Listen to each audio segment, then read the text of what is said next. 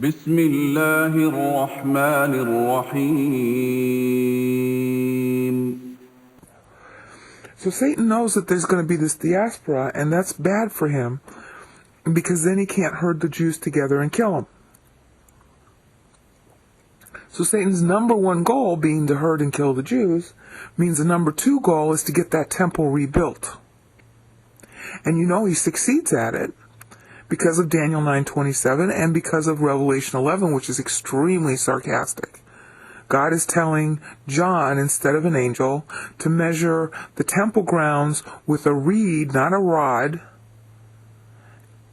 okay, which means that John is to write something, because they used reeds for writing in those days. It's very sarcastic, which means that the temple that John sees in the vision is not from God. Well, of course it's not from God. The temple doesn't get rebuilt until the second advent. So right away you know that there is going to be a temple rebuilt at some point prior to the second advent, because Revelation 11 is taking place during the tribulation. What is not generally known, but can be found out without a whole lot of trouble, is that the attempts to rebuild the temple since 70 AD have been ongoing, and have been ongoing on a schedule. Satan's actually mocking Daniel 9:27.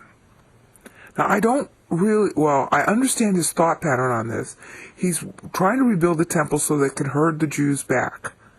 It took him 2,000 years to do pogroms enough so he could herd the Jews into Israel. They really had they couldn't help it. They listened to God not to shub, meaning to return, it's the Hebrew verb. They listened to God not to shub back to Israel for 2,000 years. But there were so many pogroms, they really didn't have any choice. And then, of course, the Holocaust, sort of put the final nail in it. And that's why Israel was established as a state in 1948. Wherever Israel is, we protect her. So this is not to disparage Israel that she regathered when she shouldn't have. She didn't have a choice. Satan was trying for 2,000 years, and that's what I'm going to get into next. Revelation 11 is a prediction that the temple that God did not authorize will be there before the tribulation begins. Now we go back to historical evidence of Satan doing this. Okay, and bear in mind, his strategy is to kill the Jews. In order to do that, he's got to herd them, because he doesn't know when the rapture is going to happen either. All right, so what does he do? 70 years after AD 70, what had happened? There was the Bar Kokhba rebellion, which began about 132. Back in 117, Hadrian, I think it was Hadrian, had temporarily agreed to the Jews' request to rebuild the temple, and then refused it. Now, I'm sure that's not the only reason for the Jews rebelling in 132, but that had to be a big contributing reason. They wanted the temple rebuilt. So you already know that those Jews in those days were totally apostate. They were not listening to God's order to not rebuild the temple. Get out of there. Okay, Matthew 24, get out of there. As soon as you see the temple destroyed, get out. Do not come back till I come for you. And you will see me at night, which I will make day. And that's in Zechariah 12, I think, or it's in Zechariah somewhere. That he's coming at night, and it's going to be blazing day, and that you'll see him. Don't ever return until you see him. Okay, well, they didn't listen in 117 AD. They were petitioning Hadrian. They also didn't see in 132 when Bar Kokhba presents himself. I'm not sure if it was him or somebody around him, presented himself as the fake Messiah, and Rabbi Akiba believed him. And so there was the Bar Kokhba rebellion from 132 to 135, which was put down. I'm not sure if it was by Hadrian. I think he was still alive then. It was put down, and that's how the present construction of what we call Jerusalem came to be, is that they completely redid the city, and they put a pig temple in the new city that they created over the ruins. So they called that city Aelia Capitolina, and they put a pig temple, I think it was to Zeus, right on top of the Temple Mount. Now that's a blatant advertisement of abomination of Daniel 9:27. Now, Satan keys all of his attacks against Jerusalem to these two dates, 70 AD, and, well, not all of the attacks, but one of them, to the Bar Kokhba rebellion. And this is stuff that you can research historically and demonstrate it yourself. It's very shocking, it's very upsetting, but it's also very true, and you can prove it. And I did that. I went and documented it in the worksheet that's in the description, the Genius XLS worksheet. And that's basically what this video is going to show you, is it's going to walk you through the worksheet and show you how he's playing this game, following God's system of 490-year grants to super maturing believers.